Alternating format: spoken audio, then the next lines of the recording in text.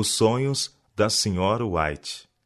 Sonhei que via um templo em que muitas pessoas se estavam reunindo. Apenas os que se refugiassem naquele templo seriam salvos quando terminasse o tempo. Todos os que ficassem fora estariam para sempre perdidos. A multidão que se achava fora e que prosseguia com seus vários interesses caçoava e ridicularizava os que estavam entrando no templo, e dizia-lhes que esse meio de segurança era um sagaz engano e que de fato não havia perigo algum para se evitar. Chegaram a lançar mãos de alguns para impedir-lhes a entrada. Receosa de ser escarnecida, achei melhor esperar até que a multidão se dispersasse ou até que eu pudesse entrar sem ser observada por eles.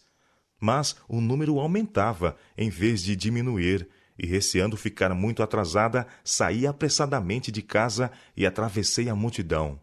Na minha ansiedade por atingir o templo, não notava a multidão que me cercava, nem com ela me ocupava. Entrando no edifício, vi que o vasto templo era apoiado por uma imensa coluna, e a esta se achava amarrado um cordeiro todo ferido e ensanguentado. Nós que nos achávamos presentes, parecíamos saber que esse cordeiro fora lacerado e ferido por nossa causa. Todos os que entravam no templo deveriam ir diante dele e confessar seus pecados. Exatamente diante do cordeiro estavam assentos elevados, sobre os quais sentava-se um grupo de pessoas que pareciam muito felizes. A luz celeste parecia resplandecer-lhes no rosto, e louvavam a Deus e entoavam alegres cânticos de ação de graças que se assemelhavam à música dos anjos. Esses eram os que se haviam postado diante do Cordeiro, confessado os seus pecados, recebido perdão, e agora, em alegre expectativa, aguardavam algum acontecimento feliz. Mesmo depois que entrei no edifício, sobreveio-me um receio e uma sensação de vergonha de que eu devesse humilhar-me diante daquele povo. Mas eu parecia ser compelida a ir para a frente, e vagarosamente caminhei em redor da coluna a fim de defrontar-me com o cordeiro, quando uma trombeta soou e o templo foi abalado. Brados de triunfo se levantaram dos santos reunidos, e um imenso fulgor iluminou o edifício. Então tudo passou a ser trevas intensas. Toda aquela gente feliz desaparecera com fulgor, e fui deixada só, no silencioso terror da noite. Despertei em agonia de espírito, e dificilmente pude convencer-me de que estivera a sonhar. Parecia-me que minha sorte estava fixada, que o Espírito do Senhor me havia abandonado para não mais voltar. Logo depois disso tive outro sonho. Parecia-me estar sentada em desespero aterrador, com as mãos no rosto, refletindo assim: se Jesus estivesse na terra, eu iria a ele, lançar-me-ia a seus pés e contar-lhe-ia todos os meus sofrimentos. Ele não se desviaria de mim, teria de mim misericórdia, e eu o amaria e serviria sempre. Exatamente nesse momento se abriu a porta, e entrou uma pessoa de belo porte e semblante. Olhou para mim compassivamente e disse: desejas ver a Jesus? Ele aqui está, e podes vê-lo se o desejas.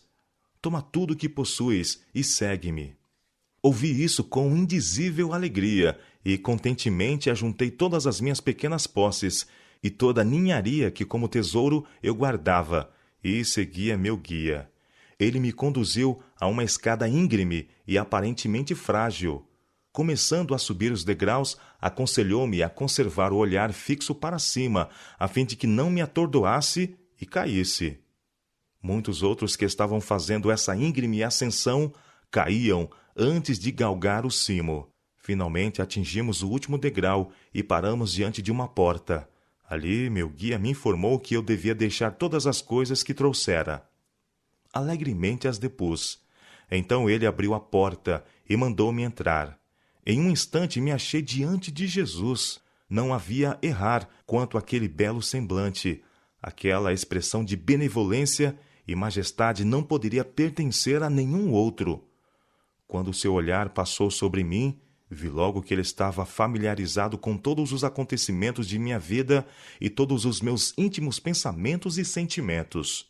Procurei furtar-me ao seu olhar, sentindo-me incapaz de suportá-lo por ser tão penetrante. Ele, porém, se aproximou com um sorriso e, pondo a mão sobre minha cabeça, disse: Não temas. O som de sua doce voz agitou-me o coração com uma felicidade que nunca dantes experimentara. Eu estava alegre demais para poder proferir uma palavra e, vencida pela emoção, caí prostrada a seus pés. Enquanto ali jazia inerte, cenas de beleza e glória passaram diante de mim e parecia-me ter alcançado a segurança e paz do céu. Finalmente recuperei as forças e levantei-me. O olhar amorável de Jesus ainda estava sobre mim, e seu sorriso me enchia de alegria a alma. Sua presença despertou em mim uma santa reverência e um amor inexprimível. Meu guia abriu então a porta, e nós ambos saímos. Mandou-me tomar de novo todas as coisas que havia deixado fora. Isto feito, entregou-me um fio verde, muito bem enovelado. Este ele me disse que colocasse perto do coração, e quando quisesse ver a Jesus, que o tirasse do seio e o estirasse inteiramente. Preveniu-me de que o não deixasse ficar enrolado durante muito tempo, para que não se embaraçasse e fosse difícil desemaranhar. Coloquei o fio junto ao coração e, cheia de alegria, desci a estreita escada, louvando ao Senhor e dizendo a todos com quem me encontrava onde poderiam encontrar Jesus. Este sonho deu-me esperança. O fio verde representava ao meu espírito a fé, e a beleza e simplicidade de confiar em Deus me começaram a raiar na alma.